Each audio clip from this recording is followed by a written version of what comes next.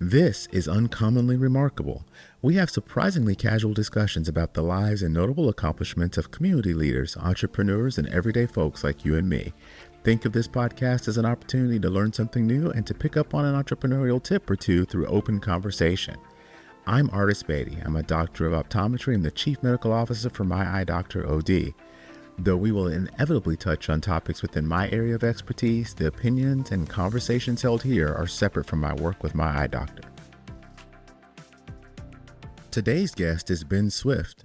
He's the founder of Unified Imaging, a company quietly revolutionizing the way doctors manage, share, and learn from patient data. What started as a scrappy solution in a retina clinic has grown into a platform aggregating millions of patient records. It's reshaping AI in healthcare and even reimagining how a patient's data could one day fund their own care. In this conversation, we talk about building through uncertainty, the messy middle of healthcare innovation, and what it really takes to turn a single idea into a global tech solution. Whether you're into health tech, startups, or the future of AI in medicine, this one's got something for you. Ladies, gentlemen, all you remarkable people, please welcome Ben Swift to the show. Welcome, welcome, welcome. I'm so excited to have you on the show, Ben. I'm so excited to be here. Thanks for having me. And I tell you what, I know we've worked together in a variety of ways over a very long time. And it has been fascinating to watch you and your company as you've grown and changed and all of the technology that you've really brought to the world. And so when I started thinking about, man, who should I talk to next? You're really high on that list. And so I'm really glad timing worked out to let you be able to come by and us sit down together today. No, thank you so much. I mean, we Unified and me personally, we owe you a ton. I think there have been several milestones throughout our journey where if you weren't involved and kind of helping us along, then we wouldn't be here today. So I owe you quite a bit and really, really excited to talk to you. Well, let's jump in and really talk about Unify, because for the majority of people, we'll set the stage. Yes. So, when you go and see a doctor, there's obviously a lot of things that happen within that examination. There's, if you're seeing your primary care physician, there's a physical, there's blood work, there's all these things, and they have to be collected and cataloged and really made part of your eternal record. Yep. There are also other tests, though, that are outside of that realm that involve imaging. And in the world of physicians, that could be x-rays or CTs or MRIs. In the world of optometrists and ophthalmologists, those are often photos or fields or other types of testing that happen in the office. And the trouble is those things all exist on their individual instruments. And while they're physically in the office with you, getting them into a place where you can actually do cross comparisons just is not easy. And I'm saying all this because you and your company thought about that a long time ago and really started to think about how do we solve that problem. So tell us a little bit about Unify. Yeah, so that's a great introduction. Thanks for setting it up. Yeah, I mean, Unified really exists to do exactly what you're saying. So I actually started out working in a retina practice. So I was a tech and a scribe and the photographer, the person taking all the photos and everything. And especially in retina, you're dealing with tons of data from all these different devices. And one of our jobs as scribes was to make sure we take all the different photos for the doctor and then bring them into the room. And it was our job to make sure, hey, are all the programs pulled up? Does everything look exactly the way the doctors want it? Get the record all filled out, all that good stuff. And pulling up all those different programs was just such a pain in the butt. And so that really wasn't, it's like, there's got to be some better way to actually make this happen. And that's really what Unified does. So Unified is this program that can sit in your office and pull all the data, all the images from all your devices, and then put it into one place so the doctors can view all that data, view it over time, view it from any sort of device, and then also share that data. Because the other big thing is you might have all the data aggregated in one place and it might be accessible to you, but when you need to share that patient with another provider or you need to share the data with the patient themselves, you want them to have the actual access to it. We were working in the retina clinic, a lot of times people would send us, patients for injections and they'd send us the OCTs, but the OCTs were all black and you would just have to redo the test anyways. And so one of the really big things with Unified is once your data's there, you can then share it, the actual patient chart, with any other doctor, and that doctor can jump in, see all the images. They can share their images as well. So, not having to make the patient do a whole bunch of extra tests. You actually have one record that everybody can work off of. Which sounds pretty amazing. So let's go back a step and let's talk about what existed, or when you started Unified. When was that? We started Unified in 2014. It's been 10 years, I think, now. Wow. Okay. Yeah. So 2014, technology is zooming, and so there's a lot more. There's a lot more stuff today than 2014. But what's important about 2014 is that you were using 2014 technology to kind of aggregate 20, I guess 2002, 2003 type devices, right? Yeah. And so, it might be important to kind of go back even to the very, start. Yeah, let's do that. So, I was working in the retina clinic, and, really was trying to figure out what I was going to do next. My whole life, I kind of thought I was going to become a doctor. That was my main motivation. The main thing I thought I was going to be, throughout a couple different life events that ended up not happening. And I wasn't really sure what I was going to actually be able to do, like how I can contribute to this field. And, while I was working at Retina Associates, I ended up getting to meet the VP of sales for Zeiss. He kind of saw what I was doing. And for a little while, I spent some time interviewing at a bunch of different medical device companies. I was actually in my final interview with Zeiss, and I was at Vision Expo, or is it Vision Expo West or AAO? I can't remember now, but ran into the guys at Modernizing Medicine. And it was the first time I saw like a piece of software where people were able to like code it. Like I made like a little comment like, "Oh, I really wish that you could move this one dial like differently." And they were like, "Oh, that's interesting." And then they just disappeared in like a little back room for like 5 minutes. They came back to like, "Hey, what do you think?" And they like literally had it working. And it was the first time I realized like, oh wait, like, so this software that we're using every day, you can just change it. You can just do whatever you want. And so I literally told Zeiss, no, I'm not interested. I think I want to go into software. And I just started applying to Modernizing Medicine over and over and over again. They never hired me. I didn't know how to program, so I wasn't a good fit. And so I kind of, really kind of had this idea where I was like, oh, I want to build software that can help fix these things that I'm seeing. I can't join a company that I want to work for. What do I do? And so I kind of started tinkering around with software in the clinic. And Bob at the time had left Zeiss and reached out to me and was like, "Hey, I'm starting this new company. It's called Eye Care Alliance.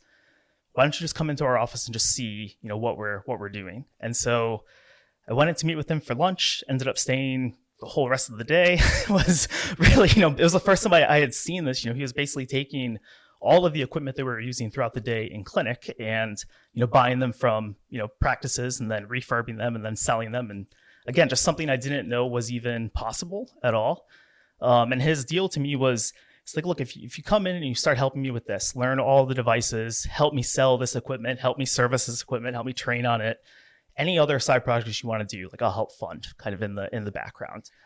And that was a really interesting proposition for me. So I was like, yeah, sure, let's do this. And so I spent, we probably spent about a year and a half just, working on Eye Care Alliance, building that up and, flipping a bunch of different equipment, learning all the different systems. While we were there, one of the big problems that we started running into was, in eye care, there's the visual field machine, which is every eye doctor has a visual field machine. It's a pretty standard piece of equipment. For a long time, as long as I've been in the industry, the Zeiss visual field has been kind of like the gold standard.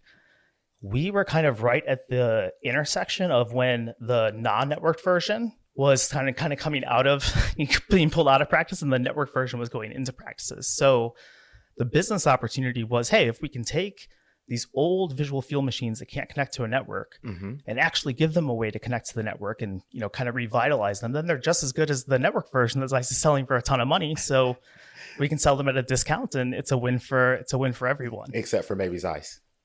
Because I don't know if Zeiss was super happy about it. But, what are you going to do? That's right. But I mean, it's really interesting to think about though, right? Because you, up until this point, you've got the availability of an instrument and people were used to saving things on some sort of removable disk. Yeah. So and then the big move came when there was some permanent disk that was inside the instrument. Yeah. But really, you ended up printing all of these pieces of paper that had analysis points on the paper, and you would use that to go into a chart, which you may at that point have been doing an electronic medical record, which meant scanning that back into so it could be part of the chart for you to be able to catalog over time. And so the purpose of the networking was really to allow for those instruments to display the printed report in some other manner so people could actually make some comparisons and be able to do that without the paper. So this idea of yours kind of takes that and stands it on its end and says, hey, why don't we do that then for the older instruments too? And everybody can have the best of both worlds, I guess. Yeah. And it's not just, I think an important point is it's not just about providing like cheaper instruments for doctors, right? Like there's a place for the best and latest, medical devices out there. There's also a huge market for these devices outside of the US as well. So especially like, I think there's kind of like a nice trickle down effect in the US where, you have your top tier doctors that are buying the really, really nice equipment. And then it's kind of filtering out over time to maybe your second tier doctors. And then at some point that's filtering out, across the world and going to different, humanitarian organizations and things like that. So I think it's important to make sure that even if a piece of medical equipment is old, you're still making sure that you are, making sure it works perfectly. That's right. But then also it's able to actually interact still in this world. Like just because it's old and it can't network doesn't mean you can throw it out. It's still a good device. That's exactly right. I mean, you're constantly trying to make sure you're staying at the standard of care, right? Yes. And I had a guest early on in the podcast who works for a company who, to your point, takes devices that are no longer providing the standard of care for humans and converts them to veterinary devices that are used awesome. for animals around the country, around the world, right? And so that you're right, like there has to be some way of being able to recycle some of this technology. And the lifespan of technology is not forever. We're always finding new things, right? But some of these devices have a very, very, very long life, and being able to continue to have that life is important. Yes, exactly. Yeah. And that's what we were doing. We're just trying to save doctors money, revitalize some old machines. Throughout all of that, we found this program called Red Titan, which was not something that we designed at all, but it was basically this little print capture device that you could plug into the parallel port of a visual field machine. Oh, wow. You could digitize that printout. And if anybody is not in eye care, the old visual field machines, literally, they were thermal paper printouts. So just really old rolls of paper. Yeah. You could literally plug into that and then have that stream digitized, and then you could bring it anywhere. But it was kind of a just difficult process to set up. Like, you had to plug it in, get all the right drivers, just make sure everything was connected. Things were always coming out. So for a couple months, we were selling visual fields with this Red Titan. We're like, oh, this is an interesting solution. But when I was looking at it, I was like, man, I feel like with the way things are moving right now, there's got to be a way to do this wirelessly. Like there has to be some way to just make this a lot sexier for, doctors, make the whole experience just a little bit better. And so I credit this to Bob. Again, like up until this time, I was like, oh, I can tinker with software, but hardware was not something I thought, you could really tinker with or touch. And I just flippantly said to Bob, like, hey, like, I really feel like there's got to be some way to turn this digital stream into a Bluetooth stream and just send it out to a computer. And, Bob, again, the very first person that really like showed me this, he's like, oh, you have an idea? Like there's people in this world that can make that idea happen. And that was a really fun moment for me. Like he literally like, I just had this like, oh, like this could be Bluetooth. And I didn't think that was a real thing. It was like, oh, this would be neat. He's like, oh, well, there's a bunch of universities around. I bet there's somebody who's doing Bluetooth research. Like, let's go find out like who's involved in this field. And so, literally it took like 2 weeks. We just kind of searched around, found a bunch of different researchers, ended up finding a guy named Tim Toombs who was doing research with attaching anodes to mice brains and then sending that data out over Bluetooth to like other devices. And so, read his paper and was like, hey, this is exactly what we need to do, but for a medical device. If he can do it on these little mice, then he should be able to do it for our stuff. And so, we got to meet with him, kind of brought him in, showed him what we were doing. And worked with them for about a year to develop this thing we call the Link, which is essentially this little Bluetooth device, goes into the parallel ports of a visual field machine or any sort of medical device that you can't digitize. And when you press print, it just sends the print spool to that little device, and then it sends it out to some sort of Bluetooth connected device somewhere. So that kind of gave us the very first, iteration of like the integration part of Unified, where it was like, okay, now you can have this visual field. You're just going to press print, and then you have a little tablet, you have a computer somewhere. The image is just going to pop up. It's going to feel really magical. And that was kind of our very first, that was still in the Eye Care Alliance days, but that was really like, okay, now we have a way to digitize data. What do we actually do with it? And then that's where, really Unified really started to take off, because that was I had this background idea for a long time of a unified system. Like, hey, if we can put all this data into one place, not only would it just be easier from a tech perspective, but, I think one of the things that really struck me when I started working in ophthalmology. So when I was like, coming up and learning everything, all my time was spent basically working for orthopedic doctors. And that's really the type of medicine that I thought I would deal with, work with a bunch of athletes and do the really cool stuff. Well, I would imagine you would be kind of drawn to that part of medicine because you were a swimmer. I was a swimmer. Yeah. Yeah. So dealing with sports and all of that was very much kind of more of the way that I was thinking about the world. Yeah. Yeah. Well, you got to tell us now about this swimming with Michael Phelps deal, because that's a funny story. So there's a bunch of children out there that have my autograph and Michael Phelps right next to each other on some US Open t-shirts. I'm very sorry. Probably brought down the value of those shirts. Absolutely fantastic. Yeah, I was a swimmer all through high school and part of college, and when I was 16 I swam in the US Open. It was actually one of the meets that was really fun. Michael Phelps beat Tom Malchow during that meet, which was just great. It was like the first time we beat him in the 400 IM. It was like this really big deal. I got to swim against him in a couple events, got crushed, obviously. but we were in the locker room later on, getting changed together. And so we just ended up walking out of the locker room together. And there's, of course, just like a massive, a huge amount of like children there, just throwing t-shirts at him, trying to get them to sign them. And they, just assumed I was probably also somebody worth getting an autograph from. So and he was really cool about it. He just kind of looked over and was like, hey, isn't this fun? I'm like, yeah, it's kind of cool. But I could imagine you're swimming with Michael Phelps. You're a swimming superstar. But like really, that's kind of what guided your thinking about, I'm going to be in medicine, but I'm going to be in this part of medicine. How did you stumble into ophthalmology from that? Yeah, well, so I'd always thought I was going to be a doctor, and then kind of had some life events that happened that kind of took me off course, and kind of realized, hey, this is not the path that I'm going to be able to take. And my dad was actually a practice administrator for North Carolina Retina Associates, and it was just like, hey, was working a whole bunch of different jobs. I was working in a lab, in a restaurant, in a bar, like just doing all these different things. And he was like, hey, why don't you come out, talk to Dr. Casey, see what his thoughts are. And so had lunch with Dr. Casey, and he was like, hey, you really are just spinning your wheels out there. You're not really doing much out there. I was still at U of I at the time, and just trying to figure out what I was going to do.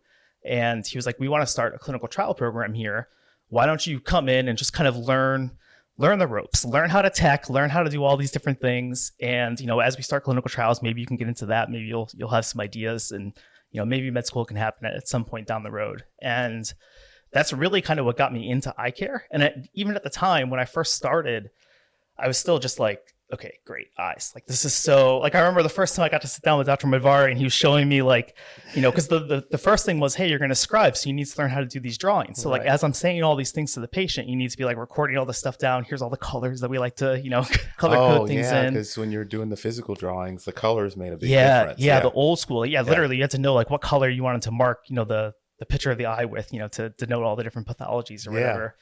And I just remember we're sitting down for like hours going over all this stuff and just thinking like, man, this is so nerdy. Like, I just want to like rip open a knee and like I'll put it back together or something. Right. But it really was the first time I got to do an OCT on somebody and actually see like, for people that are listening that don't know, when you do an OCT, you're basically doing a cross section of the eye. So it's, imagine your eye's like this basketball. If you were to cut it in half and turn it on its side, you could literally look inside of it. And that first time realizing like, oh, this is brain tissue that we're looking at. All these different layers here. These are all like different receptor layers. Like there's a lot of really interesting stuff going on here. Yeah. And it was just kind of this light bulb moment where it was like, oh, like everything else that's happening within your body, it's all happening first inside of your eyes. And I kind of just had this like idea that just kind of like flooded me where it was like, oh no, like there's stuff going on here inside the eye today that we just don't have the technology and the knowledge to pull out, but like there's something really, really cool here. And I think that just kind of got me really into ophthalmology, and then I just became even more into it over time. And you make a really good point, because we talk about fields which for people who are not ophthalmology nerds, they don't realize that we're talking about a visual field, the area that the eye can see in front of the eye without having the eye move. And recording what those measurements are very important for all types of pathology. And so that's why fields are important. Thinking about drawing in color before we had retinal photos as a normal part of practice. Even for ophthalmology, when you looked at a retina, you had to make a sketch of what you saw, and the color helped you understand if there were pathology versus normal, and you would vary the colors for that. So for everybody listening, always have a retinal photo when you go and have an eye exam, because you don't want your doctor having to break out the crayons and try to figure out what did they actually see in there, right? Exactly. And then with OCTs, the way you describe it is absolutely amazing, right? Because having the eye be an out pocket of brain tissue is one of those things that, like, when you really start to think about that. And I feel like most people don't think about that. Like as a layperson, I didn't really understand. Oh, this film in the back of my eye, like that's my brain. Yeah, like that's crazy, right? It's really crazy. And with OCTs, I love the way you describe it, and being able to see this cross section. I often will tell people who've never seen an OCT that it's like seeing a Doppler radar. Yeah. And that, when you see a Doppler radar, there's this series of colors that you see that represent reflectivity. Yeah. And so rain looks a way, and clouds look different than if it's raining really hard or if it's snowing. And this OCT allows us to look at the retina that way. And we should be able to tell from the way the image forms whether or not these things are normal. And it's just really, really cool to have all these devices. But to our whole point, they all were separate devices with no way of actually getting this information to come together to help you really look at and determine what you wanted to do next. Yes. Yeah, exactly. And that was really, again, I mean, just seeing that, like, every single day you're meeting all these awesome patients. Again, the things that when you're a retina tech that you think are awesome are actually horrible for the patient. So it's a weird thing to break out of, but there's just so many just interesting things that you get to see every single day. And one of the things that just was always sticking out to me was, okay, like, and even with the drawing piece, right? It's like we would take digital photos, but because the digital photo was then just there sitting on the Zeiss machine, it wasn't even in the room yet. You would have to do that so that the doctor could quickly look back at like his past notes and see what was going on. So at that time, it was more like, okay, I think that there's a bunch of interesting data here, and I think we're missing things because, first of all, on the follow-up visits, doctors are just looking at drawings. Like, let's actually, like, what if we could actually just look back at like all the past data in the exam room? Like, that would be really nice. And then what if we could actually have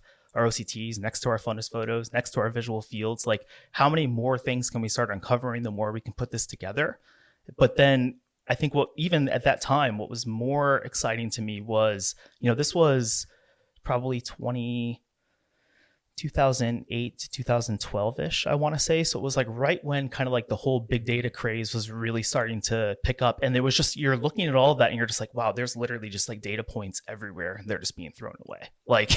This. And we were doing clinical trials where the clinical trial process it's hard. I mean, just to find the patients that qualify for the clinical trials is very, very difficult. And then once you get the patients in, all the data you have to record for them is very time consuming, very difficult. And again, like every study we were doing, it was just, you see all the data you're tracking and you're like, man, like all this data is literally just already available. It just isn't in a format or in a way where people can take advantage of it. So we're having to do all these like crazy expensive, long, boring processes to make them work. So it was really this, at that time, I knew I wanted to have a way to bring everything together. I knew that there was going to be a lot of opportunity there. I just didn't know how to actually make that happen. And even with Bob, Bob came from Zeiss, and Zeiss has a really good image management product. And Bob was one of the main people who helped build that. And so one of the big refrains early on in the iCare Alliance days was, we're not building another forum. Like we're not building an image management system. We're not doing a PACS. And I was like, okay, that's fine. We'll just keep building, this link thing. But hey, like now that we have these images, we need to build some software for it. Okay, well, it's not a PACS. It's just a way to accept, so I kind of, was able to kind of work it out where we kind of slowly kind of built up this, image management software. And before Bob knew it, we had an image management company. So that's incredible. That's incredible. So it worked out. And then, we essentially, we built the company up. At that time, we were basically, doing the thing with the links. So we were converting all the print data from the visual fields. We were also doing a lot of camera conversions. So, there's all these old fundus cameras out there that are literally like a Canon camera with film on the back of it. And that's how you used to take pictures. You'd take that and you develop the film, and it was pretty brutal. So we kind of started a whole business around replacing those analog camera backs with digital cameras. And that was really the bread and butter of Unified, 1.0, was those camera replacements, and then kind of had Unified as our software kind of in the middle of it. Sorry. Well, if you did a camera replacement, now this has just got me thinking. If you did a camera replacement though, what was the capture software for to run the digital? Was it so Unified was running the that was my other little way to start, because I was like, okay, well, we have visual fields coming in. Well, now we need software for this camera. Well, it's the same software. Look, I see. We slowly started kind of it all in, bringing more stuff together. Yeah, and so so we're in the mid 2010s, right? 14, 15. Yep. You're developing things. Technology is continuing to change. We're getting fewer and fewer of, we'll call them legacy or vintage devices, and many more devices that were designed from the start to be networked. So I would imagine then that opened the path more to think about the software itself, because there were a lot of developments within the software that were not part of the initial design, but later became important so that you could actually analyze images that were being captured or stored, right? Yep. Yeah, definitely. I mean, and that's really kind of the whole, thesis behind Unified really is all the things that we really want to do, like the long-term stuff I really want to do, the technology isn't necessarily there yet. But if we build this platform, if we start building all these things together over time, the technology does become available. And so, for us, and I kind of talk about Unified as, Unified 1.0 and Unified 2.0. We did, as we were growing the first business, we really thought, the idea in our head at the time was, okay, we have this imaging piece. We can integrate with all of these imaging devices. But to your point, it's what other data can you now associate with the images that make it more valuable for the doctors? And the natural thing there was, you work with the EHR companies. And so, really, the first round of Unified was us really trying to find good EHR partners so that we could build Unified into the EHR and collect more of that data. Through that process, we ended up meeting the guys at Rev360, and that became many conversations that went very late into the night, and throughout all those conversations, it kind of went from a, hey, we should integrate with you guys, to we want to acquire you guys, and so that was a very interesting moment for us at the time. Bob was, he was kind of ready to move on. So it made a lot of sense. And so we sold the company to Rev360. And that, really opened up it was the first time I ever had any money. So I was making like 30 grand a year, just like trying to. But you were learning great things. I was learning a ton. I mean, it was invaluable experience. And so really joining Rev was the first time I got to have a little bit of freedom, a little bit more like, what else can what else can we do? What's here? On the menu, right? Yeah. That's so. Then talk to me a little bit about what you learned in not just going to Rev, but if you were to look back and think about how you started, the purpose for Unified initially, what have you learned during the course of time that you look at and say, man, I wish I would have known that when I started, because it would have made a difference in where we are today? That's a good question, because a lot of things have happened even since the Rev sale. It's interesting. So I would say the one piece of feedback that I would give anybody, if I could go back and tell my younger self, there's two things to say here. So I would say the one thing that I learned was there's nuance to every piece of advice that you get. There are so many times I got into trouble where, you would hear, a little like startup rule or a little thing, like especially that always be hiring rule, like, hey, if you see good talent, you hire them. Yeah, there's nuance to that maxim though, right? It's like if you're venture funded and you have a huge amount of money sitting behind you, gobble up as many great employees as you can. If you don't have that, be a little bit more considerate about who you're bringing. Sometimes it might be the right person, but not the right time. And that does exist.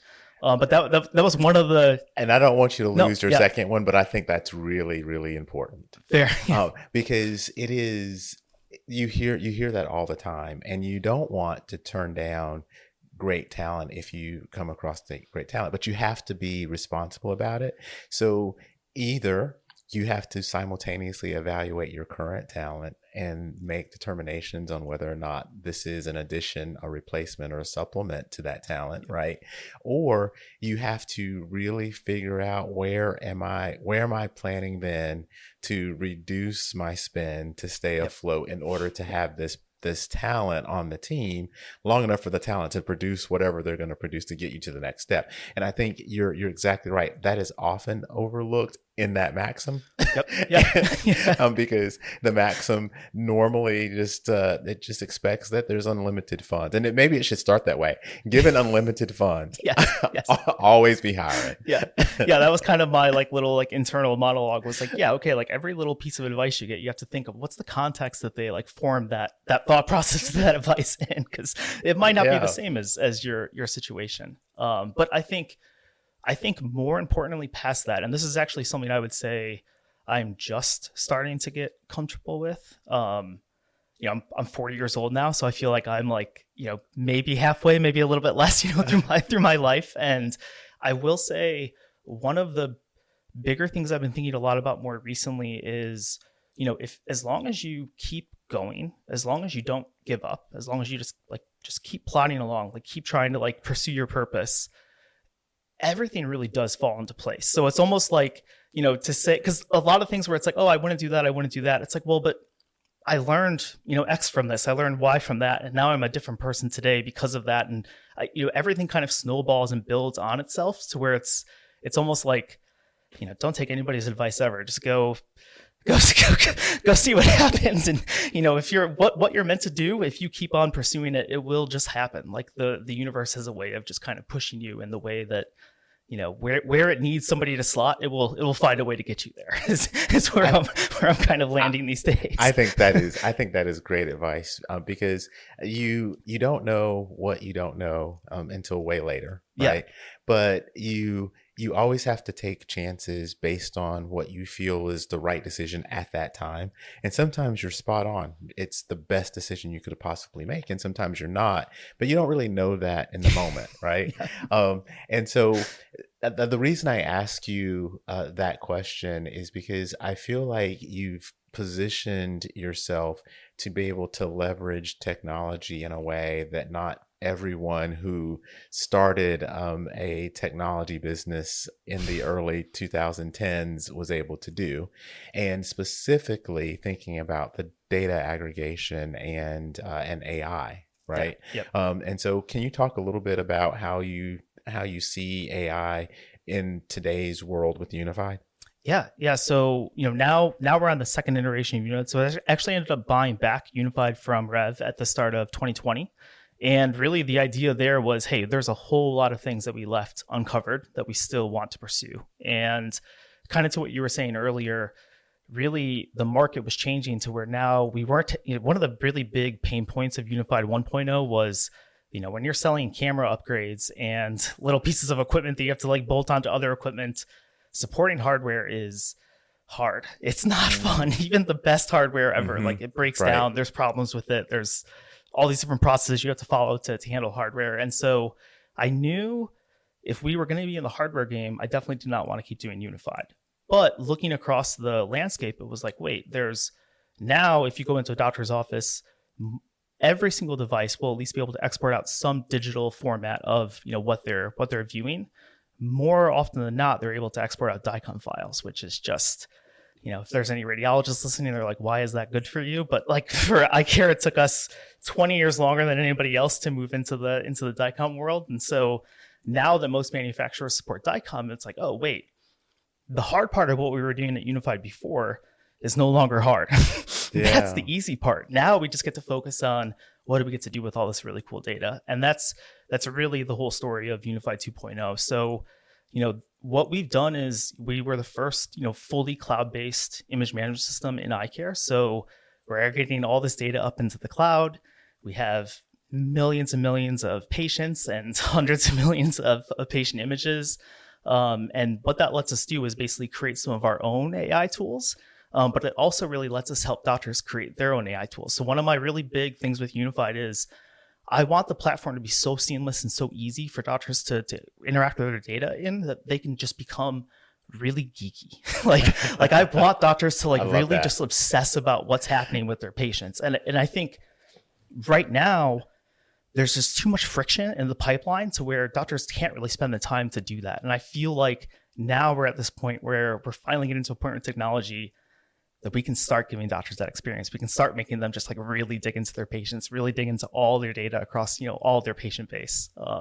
That's really interesting for me because one of the things that I am personally passionate about with AI is going beyond the identification. So for people who are listening, in a lot of the AI that's currently available for eye care, it is really designed around identification. So we do things like classify patients from a diabetic retinopathy perspective. So that means a patient who has diabetes or potentially has diabetes may have signs of the disease in the retina.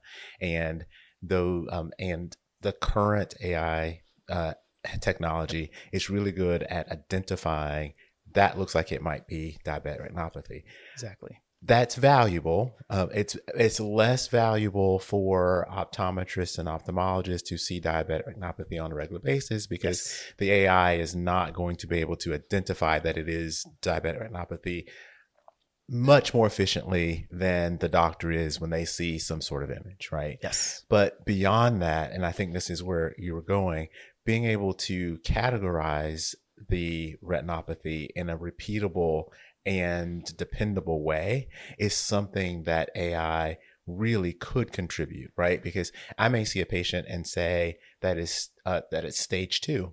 And you may see that same patient and say, it's maybe stage 1, maybe it's a 2. Yeah. And then some other doctor might say, no, for sure that's 3, right? And so, but there are rules that determine which stage it actually is. And sometimes in the in-between, it's kind of hard to tell where it goes. Yeah. And so having AI be able to help categorize things, in my opinion, would be a huge leap forward for a use case in that part of the world. And so that comes down to having the amount of data that you need and having people to accurately, I guess, help teach AI what to look for becomes really important. Yeah, exactly. I mean, I think I kind of break AI down into a couple different segments that it actually helps doctors. I think identifying what you're talking about is kind of the base layer, right? Like you teach a computer how to tell what this thing is. Great. That's step 1. But then once you have that base layer identified, what can you actually start to do? Now that you can identify all these things really quickly, what can you do on top of that? And I think that's really where stuff starts to get a lot more interesting on our side. So it's, even in terms of, I think what you're saying makes a lot of sense in terms of just kind of normalizing out the way the doctors are actually observing what's going on. But also I think just identifying things, that's step 1. Yep. But then actually making it actionable, that's step 2. So, there's one where it's like, okay, cool. Even in Unified today, this is something that we're still needing to do a better job in. This is what we're building to. So in Unified, we can automatically identify the level of diabetic retinopathy for the patient. You as the doctor, as you're seeing patients, you can actually be adding your own tags, and we can actually turn all your tags into its own AI model so that you're never having to actually go in and say what you think is going on. You can just click a button and say, I agree. We're kind of trying to make all that a lot faster. But really the next step is when you as a doctor, when you jump into your hub for the day, can we show you what's the most important thing to focus on? Because you only have a limit at a time like throughout the day. And I think that's, there's multiple levels to that. So it's just like from the triage perspective, and we do this now with FQHCs where we can basically show them, hey, based on all the patients that have been seen this week across all your different primary care centers, here's an order list of like who the people are that you should actually see. Because here's the people that we think have diabetes. Here's the people that we don't think have it. And then the doctor can kind of, if they only have 5 minutes to look at, 3 patients and they have a list of 30, here's your 3 that you should look at first. And then these rest can wait a little bit later. Or we can pass them off to another doctor. So I think there's that triage component. But then I think there's also, and the more interesting component for me is, identifying population level trends within your clinic. So, like when I was really lucky when I started working in retina, it was right when Avastin started coming out. And so again, like for people that aren't familiar with this world, before when you had macular degeneration, if you had wet macular degeneration, it was like the worst thing ever. And it was horrible as a tech because you would see somebody come in, it's an old person complaining that they can't really see, and then you do an OCT and you can see a little bit of swelling. You do an FA, you can definitely tell it's leaking, and it's just like you just know, like, okay, sorry, we're just going to tell you to come back every 6 months and show you how much more vision you've lost. And then all of a sudden these new drugs came out, and it was the coolest thing in the world because you went from bringing these patients back every 6 months and just being like, I'm so sorry, to, hey, we can stick a needle in your eye. You're not even going to feel it. You're not even going to know what's happening. And within a couple of weeks, like that swelling is going to dry up. And just to be a part of that in general was really, really fun. But throughout that process, Avastin was first, and then Lucentis came out, and then Eylea came out. We had all these different options that we could use. What we started seeing in clinic was, some patients responded just fine to Avastin.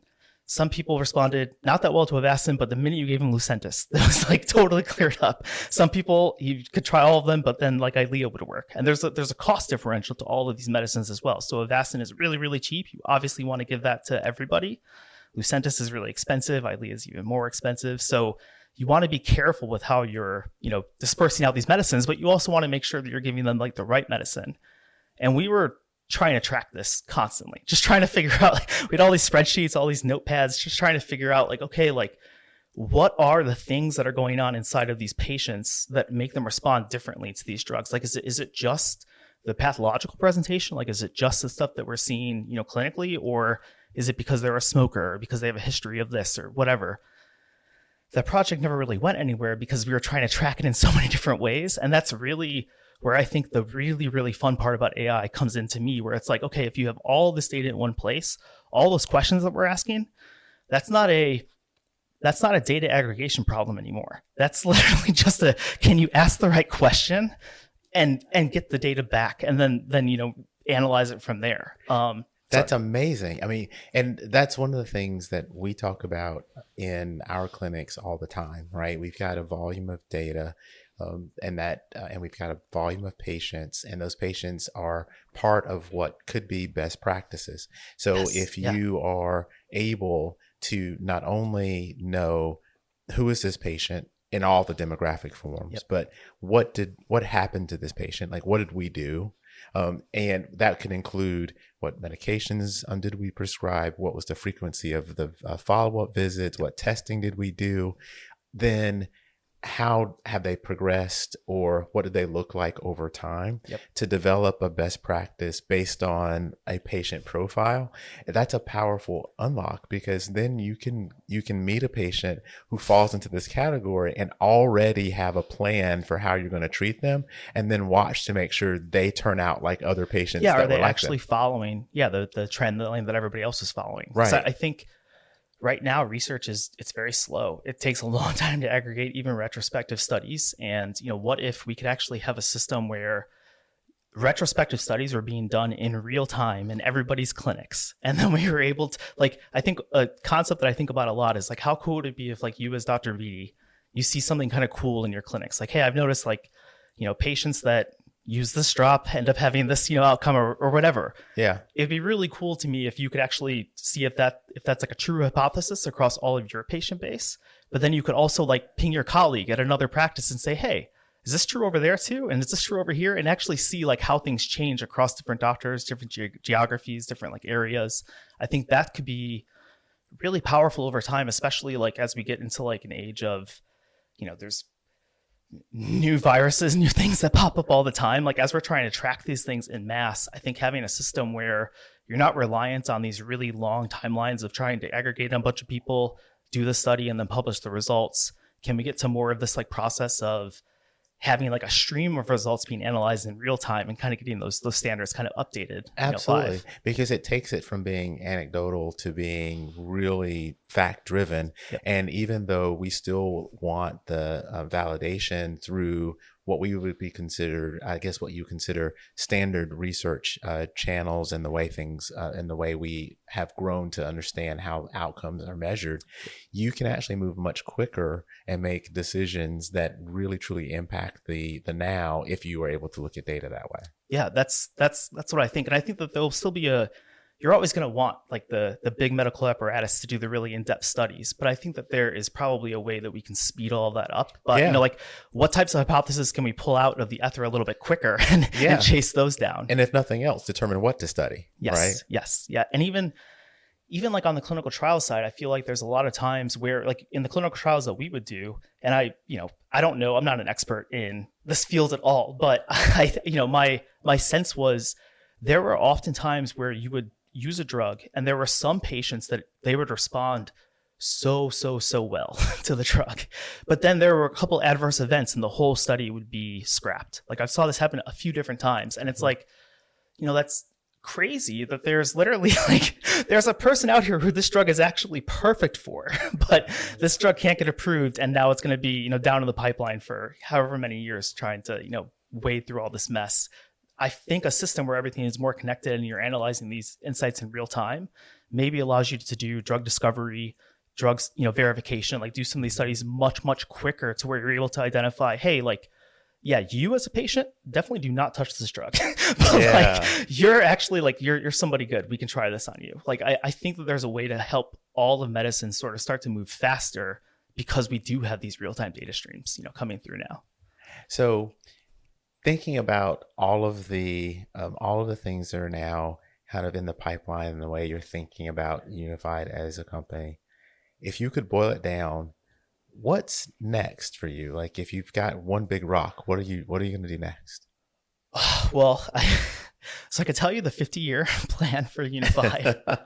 I think we've taken a pretty deliberate approach this time around with Unified to run the company the way that we have always been wanting to run it, really sustainably and really profitably. And we really see Unified as it is now as kind of a base layer to a much bigger system. For me personally, we see all this data coming through to our system right now. There's a lot of companies that are out there that are basically going out and selling EHR data or selling imaging data to other companies. And then those companies take those data sets and they build algorithms and then they sell them back to patients. It's, or there's public data sets out there that people will, use for free, and then they'll build algorithms and then they'll go and they'll charge money to patients for that. That model to me is a little broken, a little backwards. And I really think, again, like, this is kind of the long-term, some people think this is crazy, but I think there is a world developing where patient data, personal data, is going to become over time more and more valuable. Since we're already seeing companies aggregate this stuff and sell it, and of course, like, the argument right now is, like, you can't really reimburse the patients because that would break patient privacy laws and all of these things. Look, I think given enough time, given another 10, 20 years, we're going to look at privacy very differently, because privacy is probably just going to look different, right? Like when everybody knows everything about everybody, our standard for privacy, I think, will be a little bit different. And I think that over time, what I would really like, what we're really trying to create is this platform where we can start helping patients monetize their data, patients and doctors monetize their actual data in a way that we can funnel that money back into their care. So, kind of the big hairy thing is like, can we actually make basic healthcare self-sustaining just using patients' own data? Like if they're donating data to the system, can that come back as a credit to their premiums and, help pay for some of their healthcare? And that's really what we're really focused on, building all of that infrastructure now and, aggregating all this data so that we can start to build out, this platform basically. What an interesting concept. To be, because I think you're right in that in today's world, there's no way you would go backwards and look at how you reimburse a patient because you used your data because of privacy. But if you could build a world where there were certain aspects of that data that could be signed off on or released by a patient in exchange for automatically, yeah, that would be a very interesting concept. Yeah, and then you link that up to even like getting patients hooked up to their communities. Like if you can show patients like, hey, here's what you're going through, here's all the other people that are also going through something very similar to you. Like if we can start matching communities together, how much quicker can we start aggregating data around those communities and then building solutions for them? And, I think that there's a way in that model to build a cheaper version of healthcare where basic healthcare is more affordable. And then we can really start focusing on, okay, now that everybody's healthy, now how do we take all these cool insights, all this cool stuff from AI? How do we start actually figuring out how we make people better? And that's where I think, if I were to like say like my long-term goal for our industry, it's like, how do we get to the point where like basic care is not costing anybody anything, but we're charging people money when we're helping them get better, not just healthy. That's incredible, Ben. I think this is phenomenal. And this is exactly why I wanted to sit and talk with you, because I knew we would land on something that I really hadn't given any thought to. And I think this is something that's very thought provoking and something that it's going to resonate with a lot of people because of changes in healthcare cost and thinking about how do I get to be the healthiest me, and all of those things could be part of understanding the data that we already have. So if people are interested in learning more about Unified as a company, how do they do it? Where could they go?